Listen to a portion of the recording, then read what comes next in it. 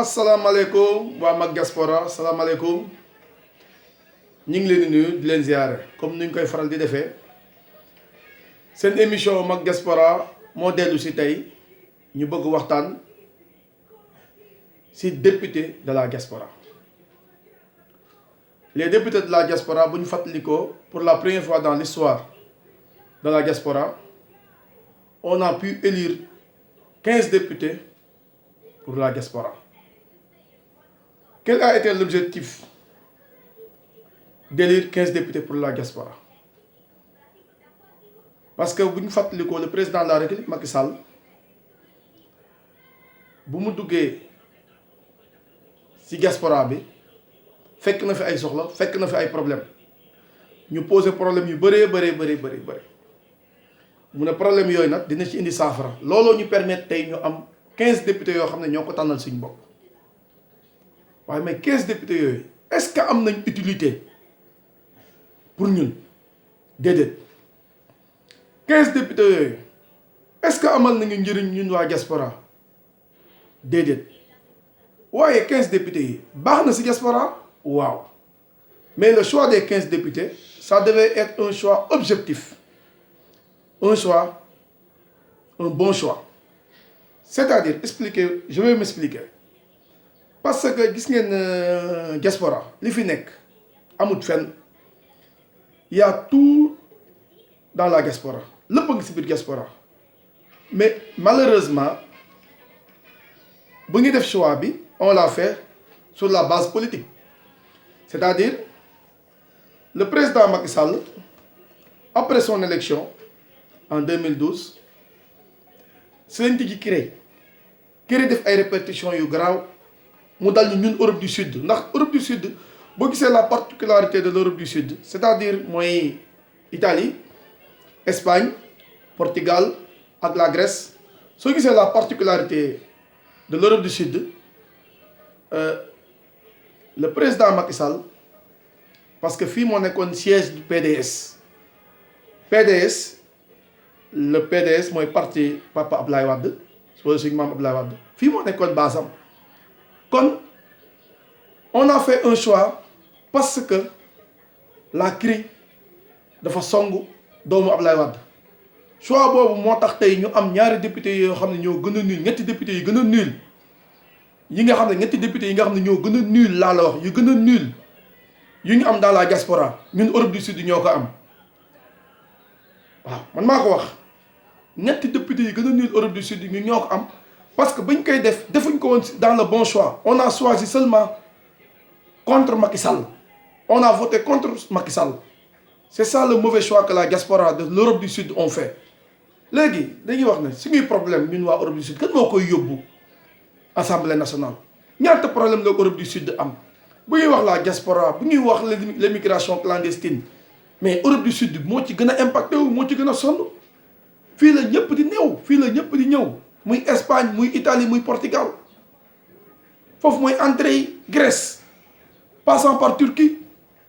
kon dam jàpp naa ne il faut aussi bu ñuy tànn ñu def le bon choix c'est très important pour la diaspora mais tànn ay députés yoo xam ne xamuñ dara suñ demee toog ci plateau Sénégal yi naan Nova Bene ay Capito mais honorable député donc Mariama Fam mais yow tu ne sais rien tu es la plus nulle de tous les députés de la diaspora tu es la plus nulle xamoo dara affaire CREI moo tax tey jii nga bëgg a jël la religion nga bëgg a jël ñuy wax suñuy tarixa muy murit muy tijaan muy xaadir nga bëgg ko xeexee pour di ko xeexee Antoine Félix Diome naan da ngaan ministre de l'intérieur di ko xas naan Abdoulaye Wade raam na Macky Sall raam na keneen ak keneen ku dul ñooñ dinañ raam parce que jënga ñun Sénégal dañoo am culture am religion am diine maanaam suñu diine ñoo ko fonk ñun ñëpp fii koo fi gis murit la tijaan la xaadar la laayeen la canaba la ñeseen la catholique la Sénégal yooyu amu fii il faut ngeen bàyyi naan ñii dañuy maanaam le ministre de l'intérieur dañuy jéem a attaquer yoonu murit c'est pas vrai yoonu murit kenn mënu koo attaquer yoonu murit sëñ Touba moo ko ñaalal boppam kenn du ko lal kenn mënu ko ku koy jéemit da ngay daanoo il faut ngeen arrêter seen cinéma yi ngeen def nekk ak ay journalistes yi kenn xamut ay ndumbelaan benn émission Omar Faye ngeen di attaqué lu nekk ngeen di attaqué lu nekk mais Mame Diarra Fam tu es la plus nulle députée de la diaspora man bëgguma woon sax dugg ci di def émission di dem di ko personnaliser parce que man j'aimerais bien que ñuy def lu concret loo xam ne sénégalais yi bu ñu ko déggee dinañu naw loo xam ne bu ñu gisee dinañu naw mais toog di wax ay italiens yoo xam ne xamoo si dara waxoon naa ko dinaa ko waxaat ma tu sei un deficiente tu sei un deficiente tu sei l'unico onorabile deficiente della diaspora tu non capisci proprio niente tu non sai dove devi mettere i piedi tu non sai dove devi parlare ma chi sei tu ma per chi si prendi tu per chi si prendi scusa ma per chi si prendi rispettiamo la gente ma per chi si prendi ngeen baal ma àq quoi parce que dafa may yóbbu foo xam ne au moins dama yaan mais sénégalais yi il faut que ñu comprendre di ñëw di làkk italien wala espagnol wala portugais wala grec qu'est-ce que ça va changer suñu olof bii ñu am benn làkk gënu ko on est fier d'être sénégalais loolu Mame Diarra Fam dama bëgg nga xam ko ñun amuñ complexe ñun on n'est pas des complexes naa la wax beneen affaire waxoon naa la ko dinaa la waxaat gañe nga Italie parce que CREI am na ci wàll mooy maanaam Antoine Félix Diome bi ngeen xam ne takkal ngeen ko avant muy falu avant président Macky Sall da ko def ministre de l'intérieur tam ngeen ko dëmm kon bu nekkee ministre de l'intérieur aussi di ngeen ko tam dëmm vous allez continuer mais ça ne va pas marcher ndax moo leen gën a gëm sëñ Touba yéen Félix Antoine Diome moo leen gën a gëm sëñ Touba bàyyi leen affaire yi boo leen bëggee guerre politiquement nit dem jël sëriñ bi wala ngeen jël aada yi wala ngeen jël góor jigéen président Macky Sall lu nekk wax ngeen ko attaqué ngeen ko ne dafa bëgg dugal góor jigéen mu wax leen ko barki démb indiwaat ngeen beneen dossier di wax naan dafa bëgg jàngal ci biir école bi sexualité mu weddi waat ko tegaat leen ko suuf il faut que ngeen arrêter il faut arrêter di ngeen sénégalais yi xam nga lu ñu soxla ils ont besoin de réponses les sénégalais n'attendent de vous que des réponses et aussi des propositions yoo xam ne da ngeen koy jëlee ci biir diaspora bi proposition yi ngeen jëlee ci diaspora bi yóbbul ko waa Sénégal proposition yi ngeen jëlee ci diaspora bi proposition yéen député yi de la diaspora mais ñun Europe du Sud ñun ñoo gën a malchanceux Europe du Sud parce que ñetti députés yu ñu am amuñ benn njëriñ ils ont rien foutu amuñ benn njëriñ kenn amu ci feuille de route kenn mun laa wax lan la fi def bañ ko falee ba léegi Mame Diarra Fam looloo tax ngay daw di làqatu géeja waaye xam nga fu nekk naan ñun fi leen dëkk parce que tu as intérêt yoo xam nga ne député de la diaspora dootoo ko déggat yow fii dootoo fi falo député de la diaspora erreur la woon boo xam ne nit ñi xam nañ ko tey les gens en souffrent la diaspora Europe du Sud en souffre te loolu xam nañ ko te loolu dootuñu dalaat jëngal li may wax nii man attaque personnelle neexuma mais il faut que dans ce pays les gens soient un peu sérieux les Macky Sall loolu leen ko bañ nangul leen ko suñu borom lu mu ko defal mais yow honorable député nga mais man dama lay nangul sa honorable député mais tu ne sais rien tu es nul tu es la plus nulle des députés de la diaspora tu es plus nul de tous les députés yow yaa si gën a nul xamoo dara suñu waxee ngay làkk italien di tëb di daw mais tu ne sais rien xamoo fooy teg sa tànk bu ñu tax a wax parce que force Covid bi am nga loo fi def fii Italie mi ne fang nit ñi di ko xaar bu ñu tax a wax dañuy wax xam nga il faut arrêter boo demee di nax sénégalais yi di gémm a wëndeel munoo nax nit ñi il faut que ngeen arrêter yéen député de la diaspora Europe du Sud yi muy Nanko Seck muy Mame Diarra Fam il faut que vous arrêtez nit ñi ils ont d'autres chats à fouetter nous on a besoin des députés compétents des députés qui vont au chair et à foudre et députés yoo xam ne dañuy dem xeexal ñu waxal ñu suñuy soxla parce que la diaspora a d'énormes problèmes la diaspora a beaucoup de problèmes ñun on a beaucoup de problèmes mais toujours dans la politique politicienne il faut que vous arrêtez c'est fini ça kenn dootu leen fal député pour la diaspora Europe du Sud moom dootuñu leen fal yéen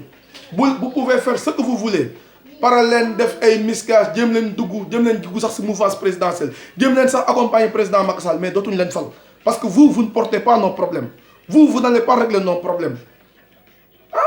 toog ci plateau télé yi mais yéen yaakaar ngeen Sénégal mën ngeen ko tas te da ngeen jël affaire yu ndaw di ko politiquer mais un militaire c'est un militaire un policier c'est un policier ñoom dañoo nekk ci état bi di liggéey ñooñu dafa am loo xam ne bokkut ak personne simple bu koy def il faut que vous arrêtez administration dafa am nu muy doxee am leneen nu muy doxee kër sëriñ bi ndigal la ñuy doxee kër sëriñ bi ndigal moo fa am administration amul ndigal armée ndigal moo fa am il faut que tamit ngeen nangul loolu waa armée on obéit aux ordres loolu moo am armée il faut que vous arrêtez ce cinéma là il faut arrêter ce cinéma les Sénégalais ont besoin d'autre chose. Il faut passer des causes plus concrètes maam fi mu ne nii dañoo jóge si dañoo nekk ci feebar bu métti mu nekk force Covid seen doole yi ngeen nekkee di télé yi di naafeq yow surtout honorable député Mame Diarra Fam di naafeq di wax lu dul dëgg di attaquer ay nit personnellement da ngeen ko war a concentrer sur Covid bi fexe ba sénégalais yi dem di faju fexe ba sénégalais yi di protéger seen masque fexe ba sénégalais di moytu regroupement yi fexe ba sénégalais yi di def lu baax fexe ba li nga xam ne nit ñaa ngi koy def ci mbedd yeeg yooyu ñu fexe ba bu président waxee couvre-feu nit ñi dem toog seen kër yi état d'urgence nit ñi toog seen kër yi parce que xam ngeen ji ngeen caaxaan ji ngeen Italie fu may wax ak yéen ñii Italie dañoo nekk si couvre-feu dañoo nekk si couvre-feu Mame Diarra Fam wax na ko mais nañ bàyyi sénégalais yi ñuy nax il faut arrêter seen émission la woon Mak Diaspora maa ngi jéggalu aussi di jox ñëpp dox daje mënumoo ñàkk génn parce que affaire policier bi dafa indi problème te warut am problème parce que policier bi c'est un policier man xawma lan moo xew ci biir mais il faut pas nit ñi nekk ci biti di wax loo xam ne day yàq Sénégal soxlawuñ loolu on a besoin de tout le monde actuellement le Sénégal a besoin de ses fils qu'il soit du pouvoir qu'il soit de l'opposition mu bokk réew mi bokk Pastef bokk APR bokk PS le Sénégal a besoin de tout le monde il faut que ñu jël suñu force ñu boole ko dem si l'essentiel boo war def politique jotee ñu dem defi politique quand le temps de la politique arrivera on va le faire et on va le faire durement waaw xam nañ loolu de xam nañ loolu xam nañ fu ñu war a dem xam nañ ni nga ko war a waxee xam nañ ni nga ko war a defee mais nag c'est pas le moment actuellement le Sénégal dafa bëgg calme tout le monde partout dans le monde ñëpp bëgg calme mais xanaa Amérique bi nga xam ne Trump moo ëpp doole nekkoon fii di kërëb sax bañ commencé di exagérer américains yi dañ koo jël denc ko benn côté pour mu arrêter coow li muy def mais il faut arrêter le monde a besoin de calme le monde a besoin de calme maa ngi sant ñëpp seen émission la woon Mak Diaspora leen jox dox daje fekki fan comme ça ñu mën a waxtaanaat si leneen di wax ne maa ngi jégalu si émission bi bu fekkee ne sax attaque personnelle am na ci mais ce ne sont pas mes intentions ndax man wax dëgg yàlla attaque personnelle bëgguma ko bëgg naa ku ñuy defal débat aussi ñu def débat boo xam ne di jëriñ ñëpp la débat boo xam ne ñëpp si jëriñu mais ñu xam ne actuellement la diaspora doit faire un autre choix un bon choix pour le député de la diaspora parce que ñun dañoo soxla ñun on a des problèmes problèmes yu dul jeex la diaspora am kon nag maa ngi sant ñëpp di gërëm ñëpp seen émission la woon Mak Diaspora di leen jox dox di fekki fan jërëjëf